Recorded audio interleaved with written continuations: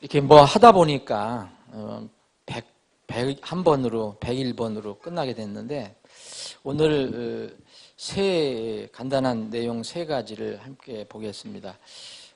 순서대로는 99번을 먼저 해야 되는데 99번과 101번 마지막 부분이 연결이 된 비슷한 내용입니다. 그래서 먼저 100번을 보겠습니다. 계시록 22장을 보시면 마지막 장에 이렇게 계시록 22장 18절, 19절 여러분이 잘 아시는 그런 내용이 나와 있습니다.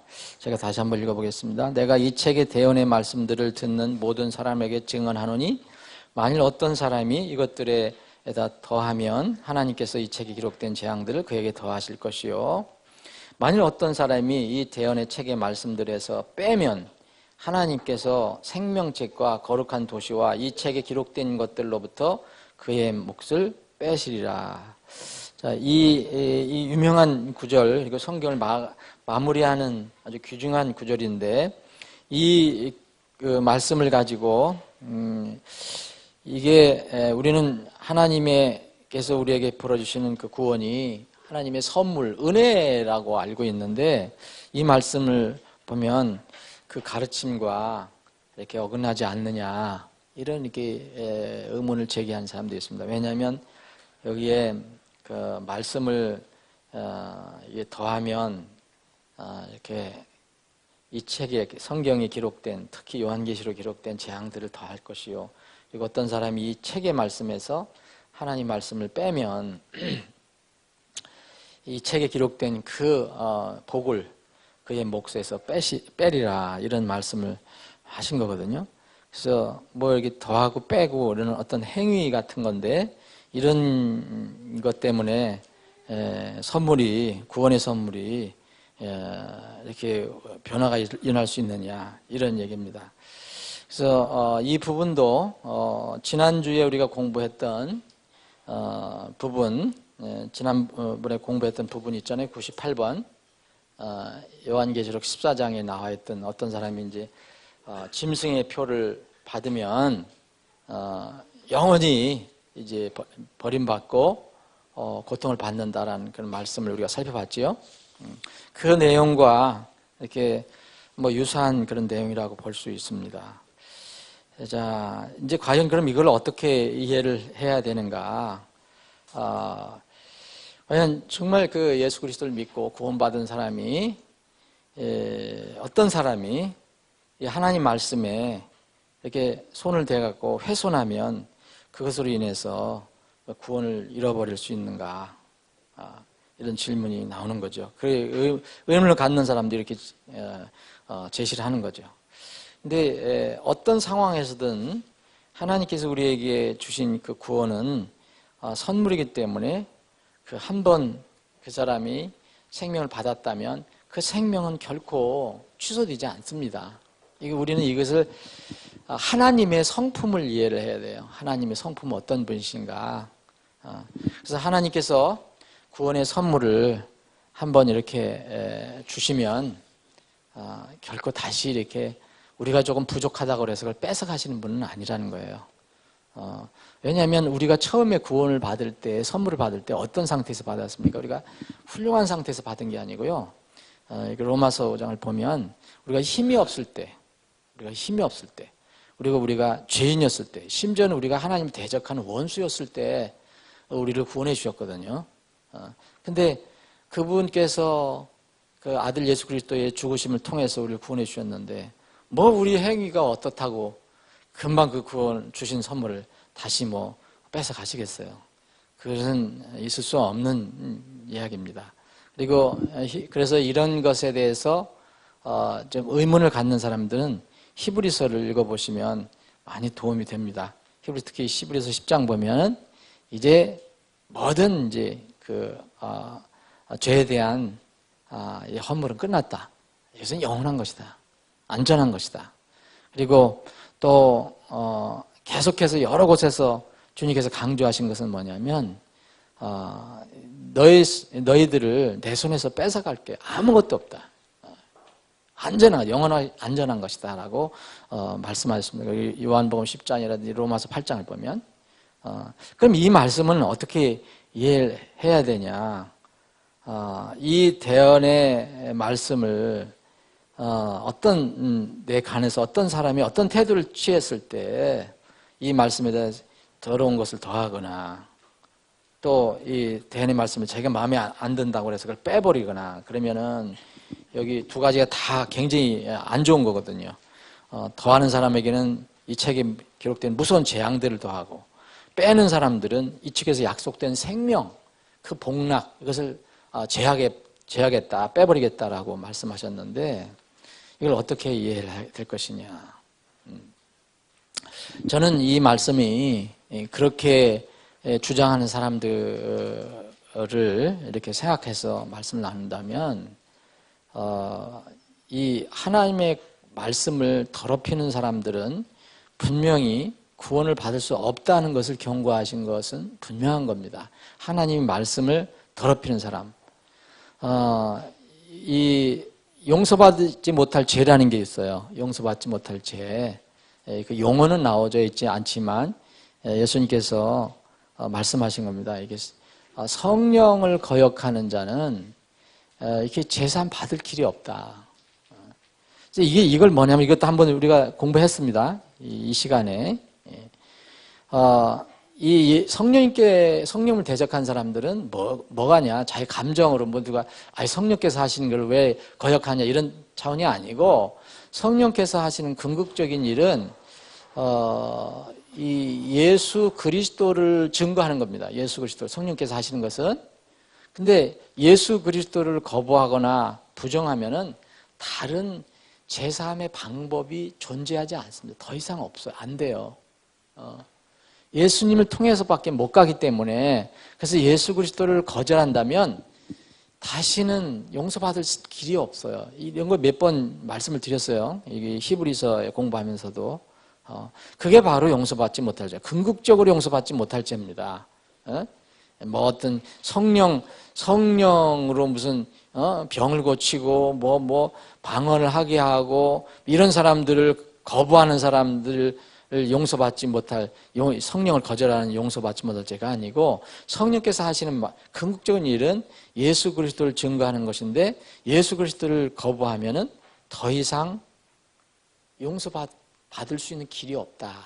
그겁니다. 그래 여기도 이제 거룩한 하나님 말씀을 더럽히는 사람이 구원을 받을 수 없다는 말씀은 분명한데 이 사람들은 이제 이런 사람들이라고 밖에 볼 수 없습니다. 하나님의 말씀이 예수님이에요. 여러분, 예수님밖에 길이 없는데 하나님께 갈 수 있는, 아버지께 갈 수 있는. 근데 예수님 우리 눈에 보이지 않고 말씀으로 와 계십니다. 우리가 또 이렇게 볼 수 있는 것은 지금 거룩한 하나님 말씀이에요. 영감을 주신 하나님 말씀. 이 말씀을 이렇게 부인하거나 거절하는 사람들에게는 다시는 길이 없어요. 어떻게 구원의 길이 없는 겁니다. 예수를 거절하는 거하고 같은 거죠. 그 심판받아서 멸망받는 길밖에 없습니다. 그래서 말씀으로 구원받고 말씀으로 살아가는 사람은 절대 말씀을 의도적으로 손을 대지 않습니다. 여러분들이 진정으로 구원을 받았다면 뭘로 받았습니까? 이 말씀을 통해서 구원을 받았잖아요. 말씀은 예수님이거든요. 예수님이 이제 앞으로 오실 때 이제 하나님 말씀으로 또 오신다 그랬고, 근데 이 말씀을 거절하고 믿지 않고 손을 대고 훼손한 사람은 의도적으로, 모르는 게 아니라 의도적으로 하는 사람은 구원 받을 수 있는 길이 없어요. 그래서 그 사람이 과연 만약 어떤 사람이 이미 기록된 이 하나님 말씀, 영감으로 기록된 말씀이라고 하나님께서 얘기하셨는데 이 말씀이 하나님의 온전한 말씀이라는 걸 믿지 않고 의도적으로 자꾸 변개한다면, 어떤 손을 대고 더하거나 빼거나 하면, 이걸 의도적으로 계속 한다면 그 사람이 무슨 신앙 고백을 하든지 상관없어요. 무슨 신앙을 고백하든지 이 사람은 구원받은 사람이 아니라고 볼 수밖에 없는 거예요. 이 말씀은 그대로 하나님 말씀입니다. 이 대언의 말씀을 모든 사람에게 증언한다. 만약 어떤 사람이 이것들에 더하면 이 책에 기록된 재앙들을 그에게 더할 거예요. 또 어떤 사람이 이 대언의 책에 말씀드려서 빼면 하나님 생명책과 거룩한 도시에 이 책에 기록된 것도 그의 몫을 빼시라. 이게 무슨 얘기입니까? 생명이 없다는 거죠. 멸망한다는 거죠. 엄청난 재앙을, 심판을 받는다는 거죠. 그래서 어떤 사람이 아무리 자기가 무슨 아주 아름다운 신앙 고백을 한다 하더라도 말씀을 의도적으로, 말씀을 믿지 않고 의도적으로 손을 대고 빼고 더하고 변질시켜 버린다면 그 사람은 구원받지 않은 사람이라고 볼 수밖에 없습니다. 구원받은 사람은 하나님 말씀을 두려워하는 마음이 있습니다. 우리가 잘 지키고 못 지키고 그걸 떠나서요. 그거 어떻게 우리가 100% 다 지킬 수 있습니까? 그러나 이거는 완전히 다른 거거든요. 의도적으로 손을 대는 거예요. 의도적으로 더하고 빼고 하는 걸 얘기하는 거예요. 그래서 성경에 손을 대했기 때문에 이 사람은 참 구원받은 사람인데 성경에 이 뭘 더했기 때문에 구원을 잃어버린 것이 아니고 생명이 없는 사람이었기 때문에 아무리 이 아름다운 고백을 하고 겉으로는 그렇게 보이더라도 그렇기 때문에 결국은 말씀에 손을 대는 것입니다. 처음 접촉이 된 거예요. 구원을 받았는데 나중에 성경 믿음이 바뀌어갖고서 그것을 뭐 버리거나 빼거나 이렇게 한다 그래서 잃어버리는 것이 아니에요. 우리는 사람을 믿지 말고 하나님 말씀을 그대로 믿어야 됩니다. 돈과 재물, 명예를 위해서 요새 성경 번역해서 이 현대 역번 번역 나오는 거 보면 미국에서도 영어 나오면 다 거의 돈과 연결이 돼 있어요, 여러분. 돈. 그거 번역하면 돈이 그 출판한 돈이 많이 나오거든요. 이 돈 그리고 명예 이런 것 때문에 자기 생각, 사상으로 하나님 말씀에 이게 마음대로 손을 댄다면 이것은 참 두려운 일인데 이런 두려운 마음 없이 한다는 것은 그들의 신앙이 어떠냐, 처음부터 어떠냐. 여러분 성경 현대 역본 번역한 사람들 중에 거듭나지 않은 사람이 많다는 걸 여러분도 아시죠? 그 유명한 학자지만 여전히 거듭나지 않은 사람들이 많습니다. 그래서 이거는 복잡하게 생각할 거 없습니다. 우리는 하나님 말씀을 완전하게 100% 다 이해할 수 있는 사람 없어요, 이 세상에서. 그러나 하나님 말씀에 대한 태도는 있어야 돼요. 태도는. 내가 하나님 말씀을 다 모르면 그 말씀을 비평하고 공격하는 게 아니라 그 말씀을 갈기갈기 이게 해부하는 말씀이 그런 대상이 되는 게 아니라 우리가 다 모르더라도 거룩한 하나님 말씀이라면 그 앞에 엎드리고 순종할 대상입니다. 그런 사람의 태도와 차이가 있는 거예요. 그래서 이 성경을 보면 오늘 이 22장이 이제 성경의 마지막 장인데 내가 속히 오리니 7절 보면 내가 속히 오리니 이 책의 대언의 말씀들을 지키는 자는 복이 있도다. 이 대언의 말씀, 이게 대언의 말씀이잖아요. 이 말씀을 바라보고 지키는 자는 정말 복이 있는 겁니다. 이런 계시록 앞에 부분서부터 주장한 겁니다. 그래서 절대 여기 18절, 19절 이게 행위로 어떤 사람이 구원을 받았는데 또 행위가 잘못돼 갖고 이게 구원을 잃어버릴 수 있다 그런 가르치는 게 아닙니다. 이거는 말씀에 대한 이게 여기서 구원을 빼면 안 되고 말씀에 대한 사람들의 태도가 어떻게 돼야 되느냐. 굳이 구원을 얘기한다면 이런 사람은 처음부터 구원을 받은 사람일 수가 없다. 왜냐하면 말씀으로 구원을 받았는데 어떻게 말씀을 자기가 마음대로 의도적으로 손을 대느냐 이거야. 손을 못 댑니다. 자, 이제 99번을 보면 99번하고 101번을 보면 공통점이 있어요. 자, 99번 계시록 16장 15절 보겠습니다.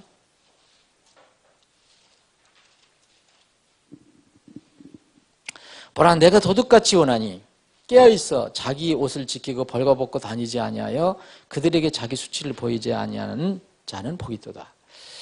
여러분 이 말씀이 어디에 있죠? 계시록 16장 15절에 있어요.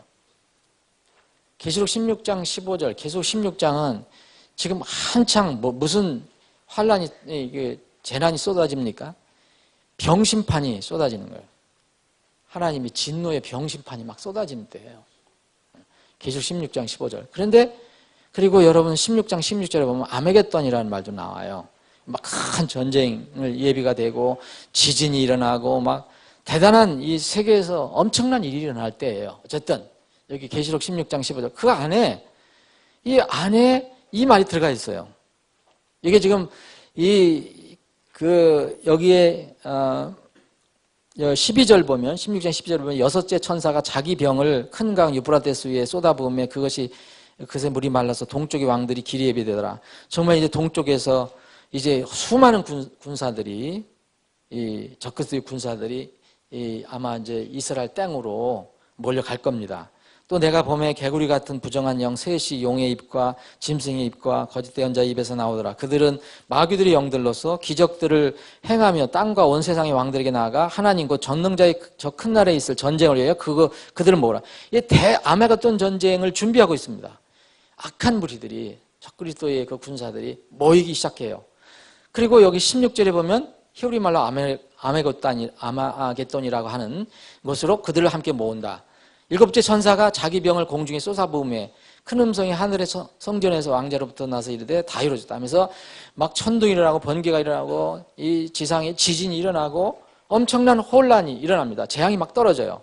그래서 여기 21절에 보면 사람들이 우박의 재앙으로 인하여 하나님 모독한다. 막 극도로 이제 사람들이 하나님부터 대적하는 그런 모습을 보입니다. 재앙이 쏟아져도. 이 가운데 16장 15절이 딱 들어가 있어요.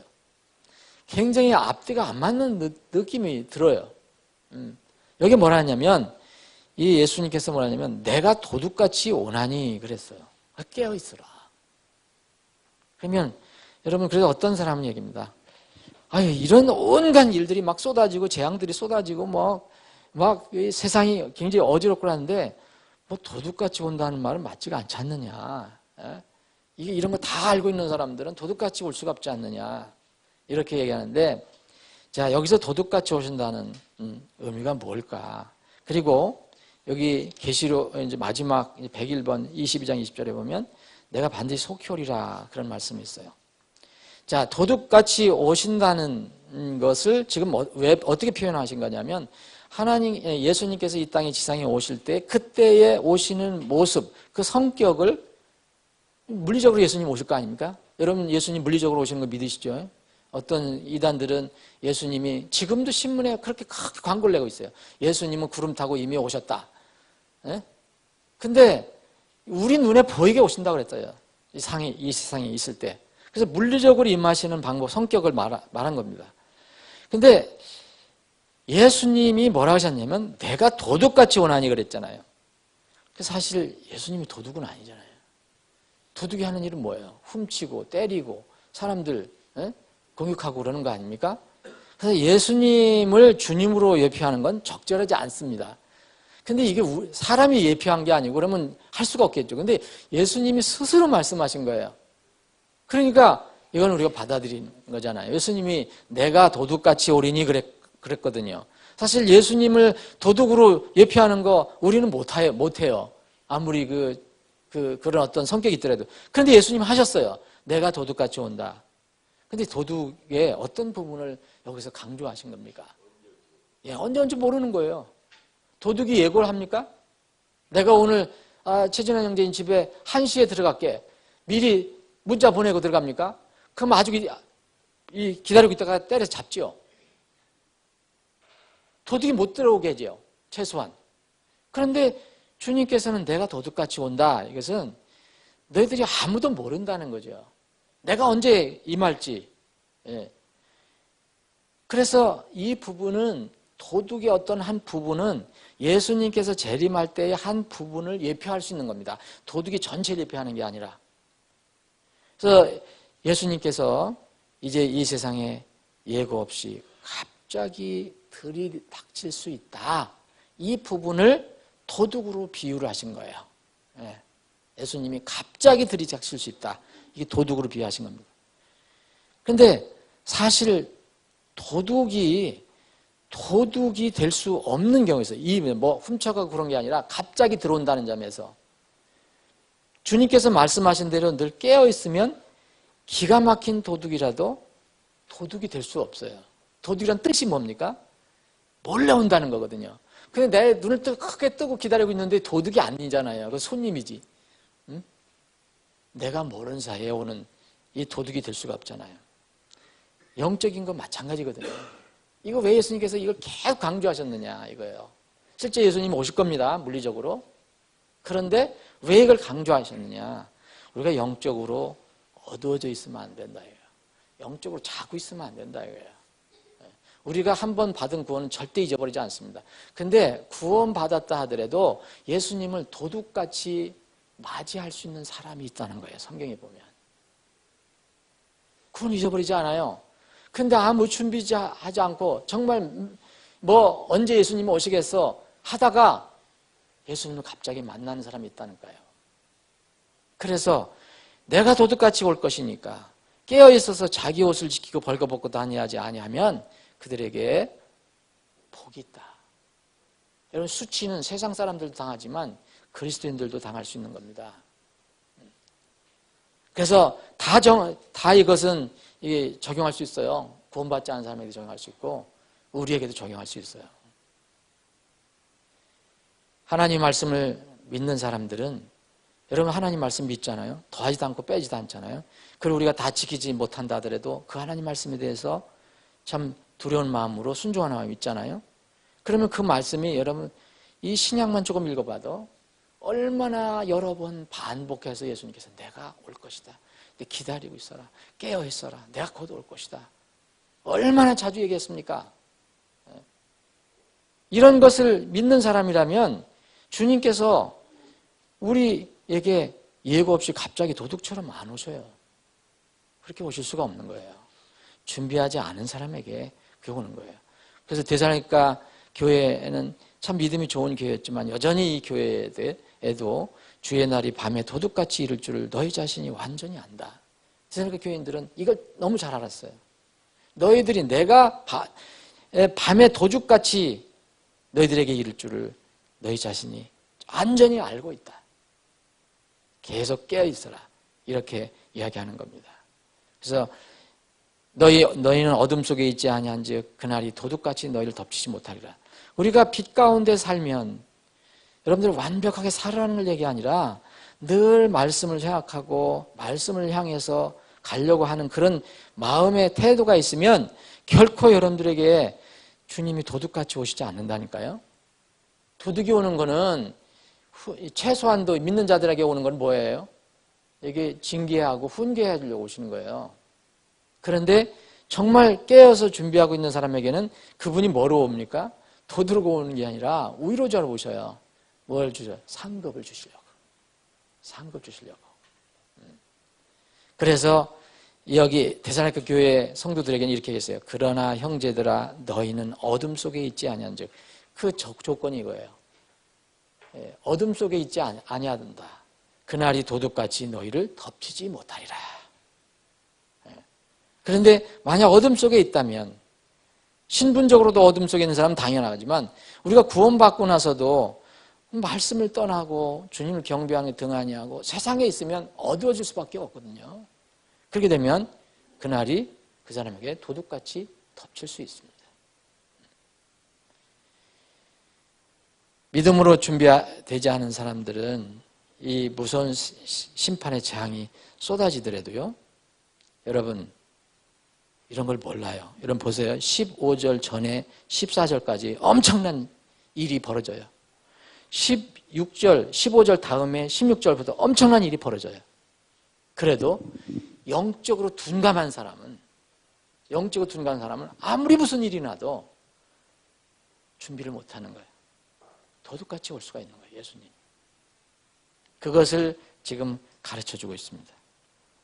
그래서 제자들에게 여러 번, 신자들에게 여러 번 주님께서 간곡히 권면하신 이유가 있어요.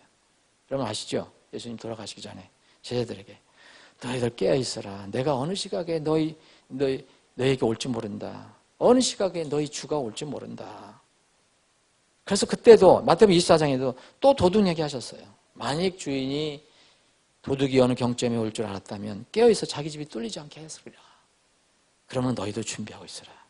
너희가 생각하지 않은 시각에 사람의 아들이 오느니라. 인자가 오느니라. 여기서 너희는요 제자들이에요. 세상 사람들 아니에요. 제자들아, 내 제자들아, 너희가 생각하지 않은 시각에 내가 올 거다 얘기합니다. 자, 이제 101번 마지막에 보시면 계시록 22장 20절 이것들을 증언하시니가 이르시되 내가 반드시 속히 오리라 하신도다. 아멘. 주 예수님이여 과연 그와 같이 오셨소서. 우리 주 예수 그리스도의 은혜가 너희 모두와 함께 있을지어다 하면 이것으로 이제 성경 66권은 완전히 종료가 됩니다. 성경의 마무리가 21절인데 여기는 예수님의 은혜가 이 말씀을 읽는 사람들에게 함께 있기를 소망하는 그걸로 마무리하고요. 그 바로 전에는 굉장히 큰 경고를 냈죠. 18절, 19절 경고, 큰 경고 주셨고요. 20절도 또 경고를 주셨어요. 내가 반드시 속히 올 것이다. 그래서 이 편지를 쓴 또 성령의 감동을 받은 이 요한은 아멘 주 예수님이여 과연 그와 같이 오셨어 이렇게 얘기했습니다. 근데 내가 반드시 속히 오리라 라고 이렇게 기록한 때가 언제죠 여러분? 한 100년경이라 봐요. 그럼 지금 2014년이에요. 얼마나 지났어요? 1900년, 한 2000년 지났어요. 올림 한다면. 근데 그때 반모섬에 있을 때 요한이 반모섬에 있을 때 하나님께서 예수님께서 이렇게 말씀해 줬어요. 감동했어요. 내가 반드시 속히 올 것이다. 요한이 있을 때, 요한이 노인이에요, 노인. 반모섬에 있을 때. 내가 반드시 속히 오리라. 그냥 속히 오리라는 것도 아니에요. 반드시예요, 반드시. 반드시 속히 오리라. 그래서 어떤 사람은 이렇게 주장해요. 아니, 속히 오겠다는 게 벌써 2000년이 지났다. 이거 성경이 진짜 엉터리다. 정말 모르는 이야기입니다. 자, 이것은 이겁니다. 내가 속히 오리라. I come quickly라는 말은 신약성경에 여기에 나온 게 아니에요. 4번 나왔어요. 근데 모두 요한계시록에 나와 있어요. 이것도 의미가 있어요. 요한계시록에 나와 있어요. 예, 제일 앞에 보면 빌라델피아 교회에게 한 번 주셨어요. 빌라델피아 교회. 작은 교회였지만 형제 사랑이 지극했던, 하나님부터 책망이 없었던 교회. 부족했겠죠. 그런데 하나님께서, 주님께서 큰 책망을 주시지 않았던 교회. 이게 형제 사랑이 지극했던 교회. 여기 빌라델피아 교회에 마지막 시험이 이를 때 내가 속히 오리라라고 말씀하셨어요. 그리고 나머지는 여기 22장에 다, 3번 다 나와 있어요. 아까 22장 7절 읽었죠? 7절 읽었죠? 그리고 12절에 보면 보라 내가 속히 오리니 내가 줄 보상, 내게 줄 보상이 내게 있어 각 사람이 그 행위에 따라 주리라. 그리고 나서 이 20절에는 반드시라는 말이 더 하나 들어갔어요. 영어로는 I come quickly가 다 똑같은데 여기에는 surely 순서가 바뀌죠. 우리 번역할 때 실제로 하려면 반드시 내가 속히 오리라요. 이게 반드시가 더 붙었어요. 이걸 마무리가 돼요. 그럼 이건 확실하게 얘기하시는 거잖아요. 더욱. 그러면 어떻게 2000년이 지났는데 반드시 속히 오리라다는 내일 모레 뭐 이게 아니다고 하면 10년 최소한 10년은 지나면 왔어야지. 왜 이런 말씀일까요? 이런 말씀 주셨을까요? 여러분 물리적인 시간으로는 2000년이 지났어요. 그래서 그런 용법으로는 모순처럼 보여요. 여러분 누가 여러분들에게 그 사람들에게 약속했어요. 내가 곧 올게. 반드시 올 거야. 근데도 2000년 지나면 이상한 거잖아요. 근데 여기 속히라는 말은요. 반드시 물리적인 시간만 얘기하는 게 아니에요. 속히라는 말. 속히라는 것은요. 아무 때나 즉시 오실 수 있다는 뜻이에요. 저는 이것을 이해할 때 가장 제가 처음에 공부할 때 도움이 됐던 건 이런 예화였어요. 이 예수님께서 말씀하신 내가 속히 오리라 이것은요. 우리 문 앞에 바로 주님이 와 계시다. 그래서 아무 때나 문을 여실 수 있다. 저기 멀리 계시는데 며칠 걸려서 오시는 게 아니라 내 문 앞에 와 있다. 그리고 하나 더 확실하게 제가 이해할 수 있었던 것은요. 예수 그리스도는 시간과 공간을 초월하시는 하나님입니다. 시간과 공간을 초월하시는 하나님이에요. 근데 우리는 뭐 2000년을 따지고 1000년을 따지고 그래요. 내를 따지고 1년을 따지고 10년을 따지고. 이건 뭐냐면 우리 머리 위에 항상 뭐가 추가 매달려 있다고 여러분들 생각하세요. 이게 컴퀴클리에 많은 도움이 돼요. 여러분들 머리에 항상 공중에 추가 매달려 있어요. 어디에 매달리는지 모르지만 하여튼 이 추가 항상 따라다녀요. 이 추가 내 머리에 거기에 딱 떨어지는데 여기 머리에 지금 바뀌지는 않았지만 이 공간은 남아있지만 이 추가 항상 나를 따라다니는 거예요. 여기 있어도 있고 내가 저쪽 부산을 가도 있고 저 서울을 가도 있고 이게 항상 있어요. 이게 뭐냐? 컴퀴클리라는 추가 어느 때 한순간에 딱 누가 손을 놓으면 추가 딱 떨어져서 내 머리에 떨어지는 거. 이게 퀴클리예요. 컴퀴클리. 예수님이 그런 의미로다가 얘기하신 거예요. 물리적인 시간만을 얘기하신 게 아니라 즉각 속히 오신다는 그런 뜻입니다. 이해 여러분들 되십니까? 뭐가 이렇게 우리 머리에 있는데 누가 붙들고 있었는데 그게 갑자기 뭐 끊어지든지 떨어지든지 딱 놓으면 그 순간에 내 머리에 즉시 임하는 것. 이것이 바로 예수님 말씀하신 거예요. 그래서 2000년 동안이라는 건 1년 후에도 오실 수 있었어요. 근데 또 1000년이 하루 같고 하루가 1000년 같다는 것은 왜 이렇게 우리 생각을 왜 이렇게 늦게 오시느냐. 아직도 우리 주위에 구원받을 사람이 있다니 우린 잘 몰라도 하나님 생각하실 때. 그러나 그 추가 어느 날 딱 떨어지면 순간적으로 임할 수 있다는 거죠. 그게 도둑처럼 임한다는 겁니다. 지금 여러분 이때 시간과 공간을 초월하시는 분이지만 2000년이 전에 이런 말씀하셨다면 지금 시대는 어떻겠습니까? 그 추는 더 가까이 왔다고 볼 수밖에 없습니다. 그래서 이 성경이 마무리가 될 때 이 말씀으로 마무리가 됐다는 것은 내가 반드시 속히 오리라. 아멘. 주 예수님의 과연과 같이 오셨어. 하는 것은 이 성경을 읽는 모든 사람들이 주님을 맞을 준비를 하라. 이런 말씀입니다. 사랑하는 여러분, 여러분들과 우리는 주님을 맞을 준비를 해야 됩니다. 우리 교회는 그걸 준비해야 돼. 여러분들은 반드시 준비해야 돼. 준비는 뭐냐? 첫 번째, 분명히 구원을 받아야 되고, 이건 우리 교회 성도들은 다 이루어진 걸로 저는 믿지만, 그리고 나서 구원받은 하나님 백성으로서 하나님을 기쁘게 하는 삶, 주님께서 언제든지 아무 때나 오실 수 있다. 이것을 준비하고 매일매일 주님과 동행하는 삶이 필요한 겁니다. 아버지 하나님, 그동안 오랫동안 저희들이 공부했던 성경의 난제, 저희들이 오늘 프로그램을 마칩니다. 감히 저희들이 어떻게 하나님 말씀을 다 이해할 수 있습니까? 어떻게 하나님 말씀을 분석할 수 있습니까? 저희들은 주님께서 주시는 지혜로 그 말씀을 알아가는 것뿐입니다. 이 땅에 있는 동안, 주님을 뵙는 동안 우리의 머리로는 이 성경을 다 이해할 수 없습니다. 필요할 때 주님께서 성령을 통해서 우리에게 깨우침 주시고 필요한 양식을 공급해 주신 것으로 저희들은 만족하며 감사합니다. 지금 유일한 하나님의 지금 임재라고 볼 수 있는 이 성경 말씀을 지금도 함부로 훼손하는 손들이 있습니다. 저들을 긍휼히 여겨주시고 참으로 저들을 불쌍히 여겨주셔서 자기네 인간의 생각으로 인간의 지식으로 함부로 성경을 난도질하지 않게 하시고 오히려 그 대신 두려운 마음으로 말씀 앞에 무릎을 꿇게 하여 주시기를 간절히 원합니다.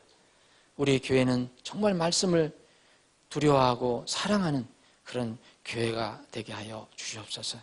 다음 주서부터 진행하는 모든 프로그램도 주님의 손에 의탁합니다.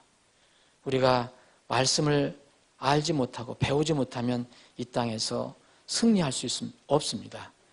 주님, 우리에게 날마다 새로운 생명의 양식을 공급해 주셔서 우리가 튼튼하게 이 땅에서 살아갈 수 있도록 도와주시옵소서. 지금 이 시간 이후로 진행되는 모든 순서를 주님의 손에 의탁합니다. 주님 영광 받아주십시고 우리는 큰 기쁨이 있게 하여 주옵소서. 거룩하신 예수님의 이름으로 기도합니다. 아멘.